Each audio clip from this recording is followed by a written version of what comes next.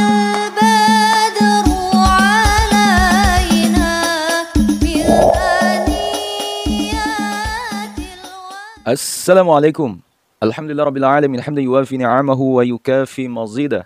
Allahumma salli ala Sayyidina Muhammadin. Salatan tuwassi'u biha alana al-arzaq. Wa tuhassinu biha lana al-akhlaq. Wa ala alihi wa sahbihi wa sallim. Rabbi awzi'ni an ashkura ni'mataka allati an'amta alayya wa ala walidayya wa na'amala salihan tardahu wa dakhilni birahmatika fi ibadikas salihin. Ashabiku semua. Beberapa tahun belakangan kian banyak warga Arab Saudi yang memilih untuk menjadi ateis atau agnostik.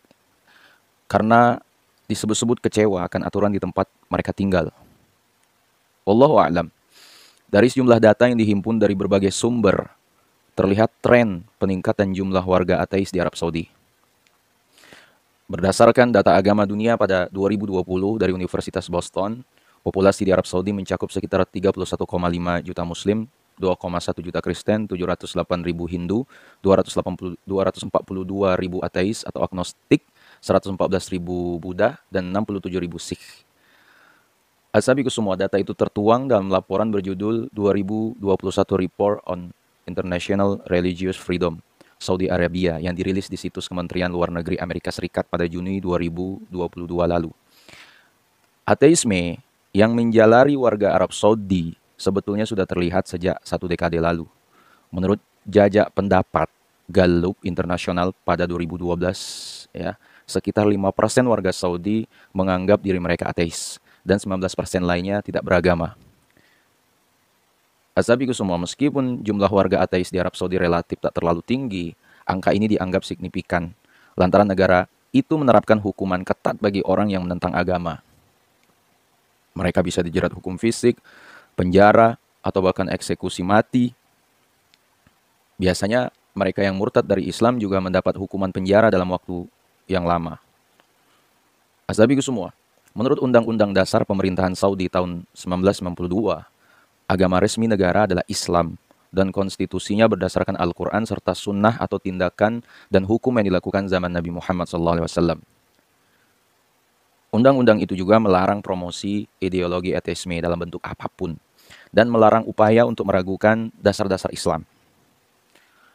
Ashabiku semua, menurut artikel di lembaga think tank Scholar Humanis, banyak warga Arab Saudi mengaku ateis karena kecewa atas aturan pemerintah yang dianggap kaku dan terlampau ketat.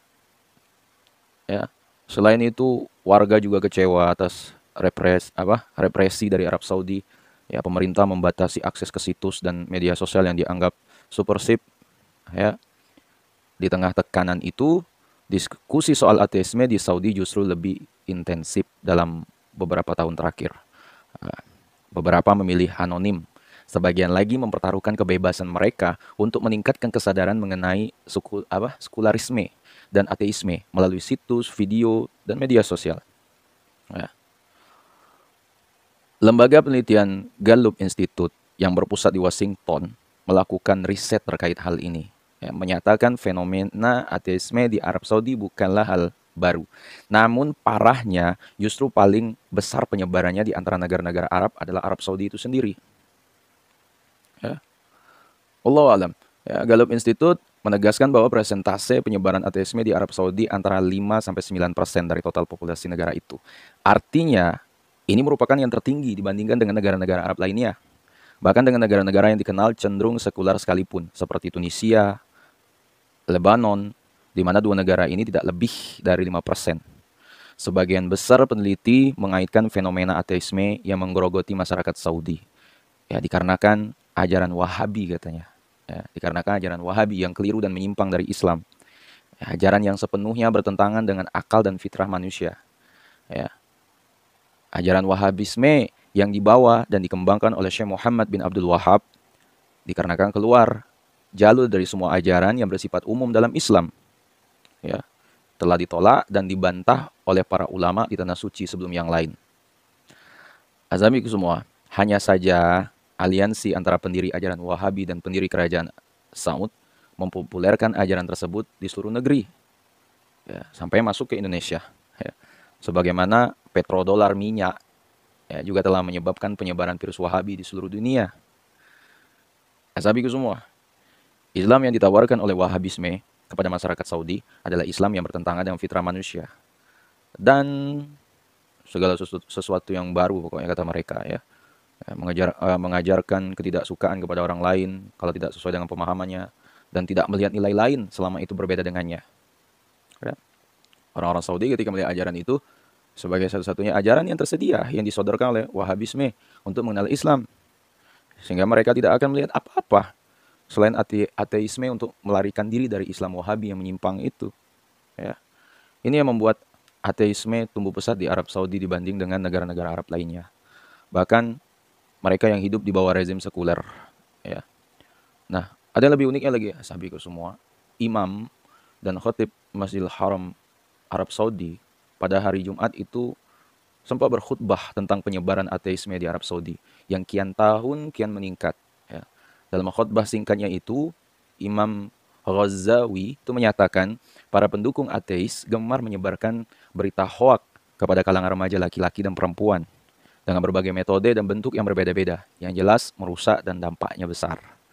Nah, azabiku semua, menurut jurnal berjudul Man Without God, The Rise of Atheism in Saudi Arabia yang ditulis Hannah Wallace, salah satu yang membuat banyaknya warga Arab Saudi memilih jadi ateis tak lepas dari sikap politik pemerintah setempat yang memanfaatkan agama.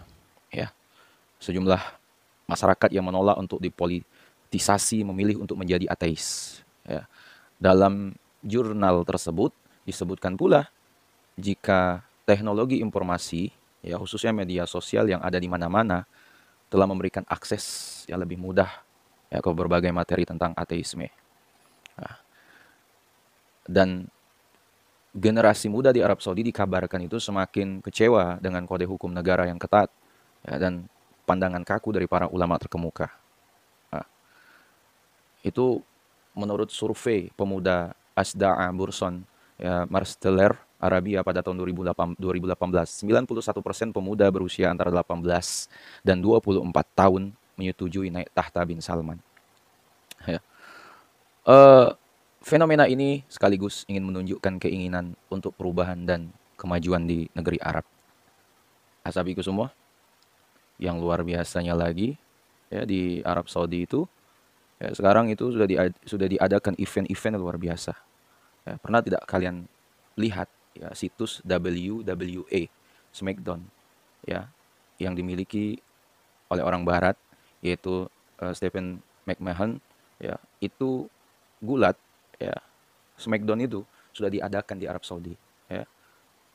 Sahabat semua, mungkin itu yang dapat saya sampaikan. Lebih dan kurang saya mohon maaf. Wallahu a'lam. Wassalamualaikum warahmatullahi wabarakatuh.